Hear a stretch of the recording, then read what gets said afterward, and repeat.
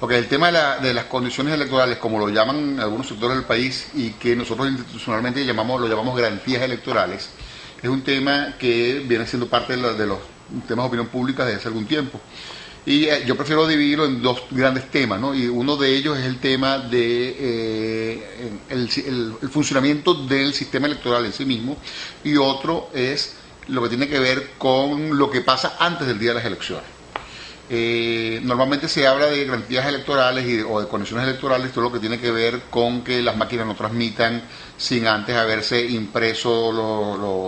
los resultados, las actas, con que estén desconectadas durante todo el periodo del día de la votación, con que se hagan auditorías previas, con que se haga auditoría del registro electoral, con que se haga auditoría posterior y se abran las cajas para contar los comprobantes de votación, que mucha gente los confunde con votos. En Venezuela el voto es electrónico, de manera que lo que está metido en las cajas de resguardo no son votos, sino comprobantes de voto. Entonces, normalmente ese es el gran tema. En ese terreno, nosotros podemos decir que desde el año 2006, que asumimos la responsabilidad de conducir el CNE, desde mayo del año 2006 hasta aquí, se ha avanzado de manera notable. Aquí es importante que se vea esto un poco en perspectiva histórica. En el diciembre del 2005, en las elecciones parlamentarias, en las elecciones para elegir la Asamblea Nacional, lo que equivale al Congreso en otros países del mundo, participó solamente un 25% de la población, es decir, 75% de la población decidió no participar en esas elecciones, y el 100% de los partidos de oposición se negó a participar en esas elecciones, derivado de una polémica que se generó en ese momento en torno precisamente a esto de las condiciones o garantías electorales, que tenían que ver con que si las máquinas estaban desconectadas, con que si se había conocido por quién votaba la gente. Se generó una polémica intensa en el país. Cuando nosotros asumimos la responsabilidad de conducir el poder electoral, llegamos a la conclusión de que había que garantizar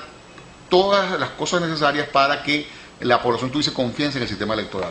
Y empezamos una ronda de conversación con los partidos políticos y con la sociedad, que nos permitió en menos de un año revertir la situación. Ya para el diciembre del 2006, para las elecciones presidenciales, participó en esa elección el 75% de la población y aproximadamente un 80% de los partidos de oposición. Eso ha venido mejorándose cada vez más, y para estas elecciones que acabamos de tener el 23 de noviembre, participó el 100% de todos los partidos de oposición, obviamente que todos los partidos que respaldan al gobierno nacional, y adicionalmente tuvimos la cifra récord de participación en el terreno de participación electoral ciudadana. Es decir, la mayor parte de los ciudadanos se abocaron a participar en estas elecciones regionales. De manera que en el terreno de las garantías electorales se ha venido avanzando de manera sustancial. Sin embargo, y es la otra parte que estaba dejando por fuera,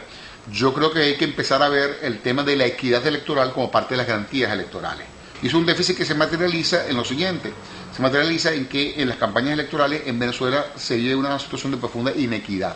¿Por qué una profunda inequidad? Porque en Venezuela, por ejemplo, en estas elecciones regionales, que eran elecciones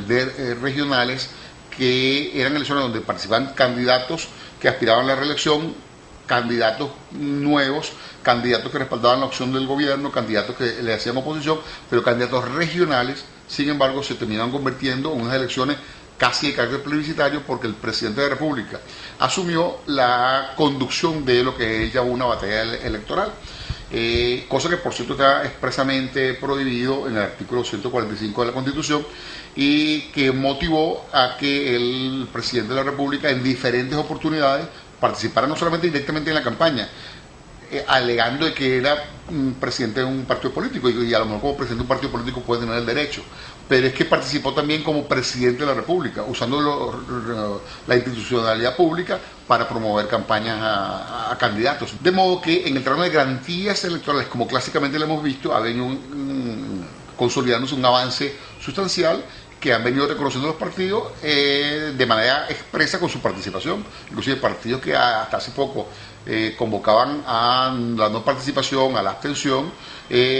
han decidido participar porque han visto que efectivamente el voto en Venezuela elige. El problema no es que el voto en Venezuela no elija, el voto en Venezuela efectivamente elige, y el sistema electoral va a respetar la voluntad del pueblo. El problema es cómo llega ese pueblo al momento del acto de votación. en qué condiciones llega la persona a pararse frente a la máquina. Y la persona se para frente a la máquina luego de haber sido sometida durante un mes, 45 días, 2 meses, depende de la campaña electoral de la que estemos hablando, a una campaña electoral donde los contendientes no van en condiciones de igualdad, sino que es una carrera de 100 metros plano, pero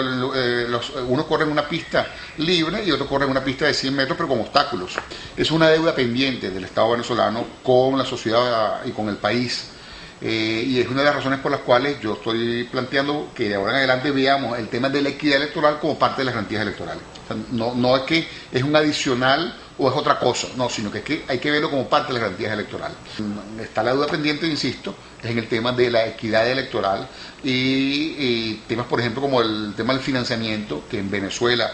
está prohibido por la Constitución que se financien a los partidos políticos, cosa que se hacía antes, y entonces los partidos, bueno, quedan en manos del financiamiento privado, en primer lugar. Pero en segundo lugar, vemos la participación de importantes instituciones públicas que manejan gigantescos recursos dentro de las campañas electorales. Y vemos, por ejemplo, hemos tenido que sancionar a PDVSA, hemos tenido que sancionar al ministro de Energía y Petróleo, hemos tenido que sancionar al ministro de Información y Comunicación, precisamente por utilizar las instalaciones y el músculo del Estado en las campañas electorales. Y una evidencia clara de eso es que la mayor parte de las sanciones que se han aplicado, y a pesar de que nos hemos quedado muy cortos frente a los abusos, pero buena parte de las sanciones que se han aplicado han sido funcionarios públicos, que ejerciendo un cargo público y en violación de la Constitución y de las leyes que lo prohíben, participan en campañas electorales y usan el músculo que le da el ser funcionario público para respaldar candidaturas. De modo que ese es más o menos un resumen, grosso modo, de la realidad en la cual se desenvuelve el debate político electoral de